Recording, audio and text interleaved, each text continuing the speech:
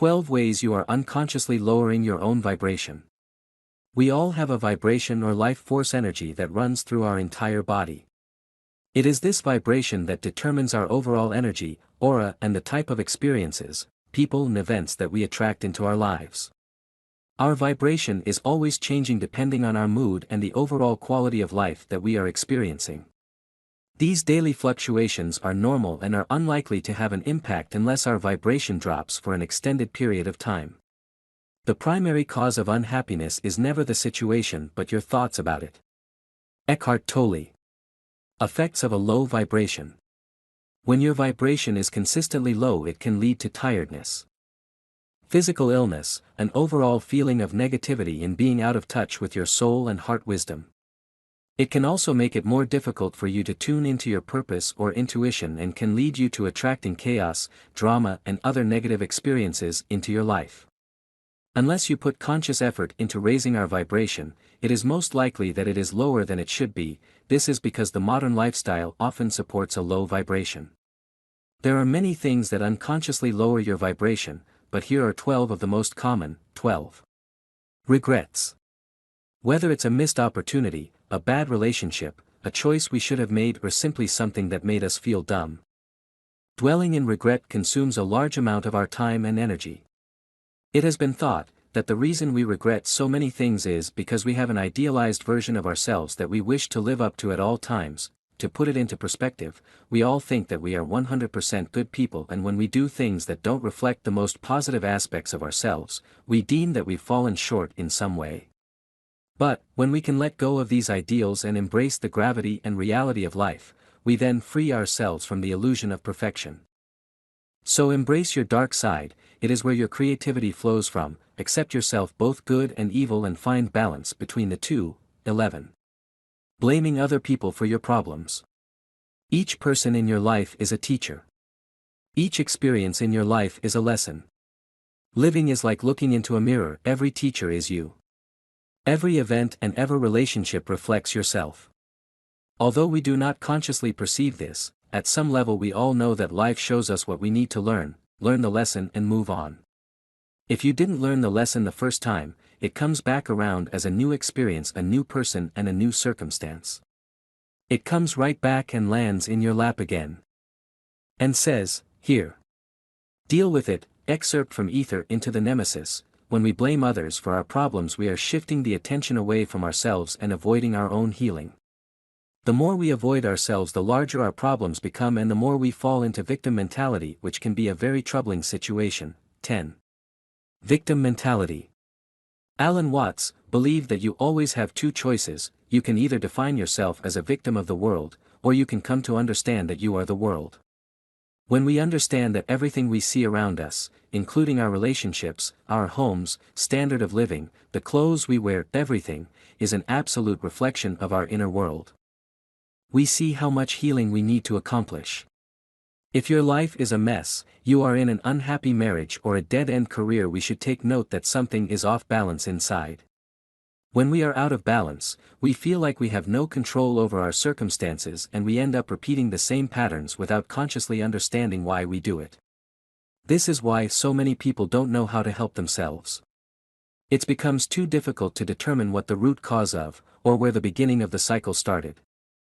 By making the unconscious conscious and illuminating the hidden aspects of our minds, we are able to bring unresolved memories forward for healing and release. So look around you and find all of things in your life that you are completely fed up with.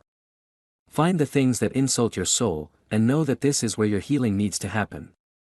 9. Judgements.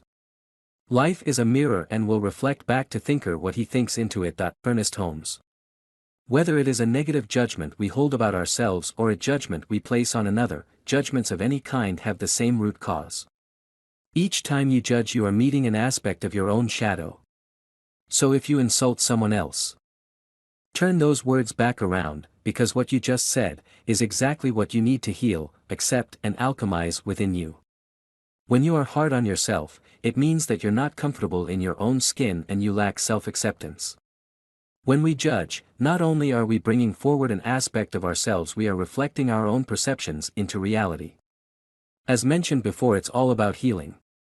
8. The need to always be right. Feeling like we always need to be right, stems from lack of trust and the need to feel safe. By establishing dominance over others we feel secure. If you are always right, it means that someone else always has to be wrong, and this can be an ego boost. When we feel that we are right in our judgments it makes us feel strong and secure, and when we are wrong we have a tendency to feel insecure, deficient and even fearful.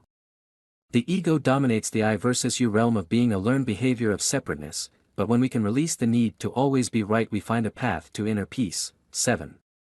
Fear. How many times can you recognize every day an action taken by you stemming from fear-based motivation? Some of them can be tricky to recognize, believe me I know. It creeps in when you are least expecting it, probing for a reaction, causing you to take misguided action, more commonly known as karma. Fear is the quickest derailment from your path to happiness and fulfillment. So when it comes knocking, answer the door with love. 6. All of that extra stuff. Wanderlusts and minimalists swear by it. We just don't need all of that extra stuff. Recent studies have shown that real happiness and contentment comes from life experiences as opposed to material objects. Yet, we all seem to line our homes with the latest fad on the market. Why not switch it up and see how you feel? The next time you are about to drop a wad on something that you are going to throw out in a few years anyways, trade it in for an experience of a lifetime and make some memories. 5. Guilt. I have written about the debilitating effects of guilt so often that I think I will write until my face is blue. Next to fear, guilt is numero uno on my list of emotions that suck the life right out of your soul. They are the two best ways to control a population and the two best ways to keep you locked into your own suffering. There are no wrongs and there are no rights. You don't need to hold yourself up to anyone else's standard, nor your own. We are both dark and light, yin and yang, and if you starve your black wolf he will bite you when you least expect it. Dark is not evil. Dark energy is merely hidden influences which must come to light, enlightenment. You must learn how to feed your wolves. Balance is key. 4. Limited beliefs. We like to say that we are all pretty open-minded. However, programmed behavior of the way things are and ought to be, keep us locked into self-limiting beliefs of how far we can fly. Everything is possible, you just need to believe that it is. So think bigger. The sky is not the limit, your mind is. 3. Worrying. Worrying and overthinking are caused by lack of trust. When we don't trust ourselves it's hard to trust the world around us. We want everything to work out exactly as we foresee it and will analyze every single detail and go over it in our minds 1,000 times. All of this becomes an act of resistance to the unconscious desires that are steering our course, and when we let go of the need for control we trust more fully in the process. Your unconscious will lead you into every situation you need to fulfill the healing that is required for you to break free. Trust yourself, you got this. 2. Resistance to change. Learning to love without attachment is the hardest lesson in life. Things come and go and nothing will ever stay the same. If we cling to the old and reject the new we miss out on opportunities that are knocking and the fruits will spoil before we can pick them.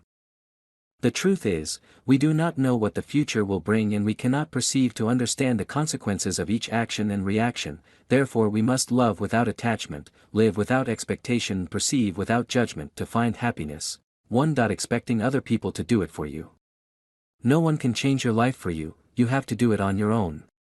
Introspection becomes key, and as always the most important thing above all. Know thyself. Happiness is an inside job, don't assign anyone else that much power over your life. Mandy Hale. Operator, if you like our article, give Conscious Reminder a thumbs up, and help us spread love light. Operator.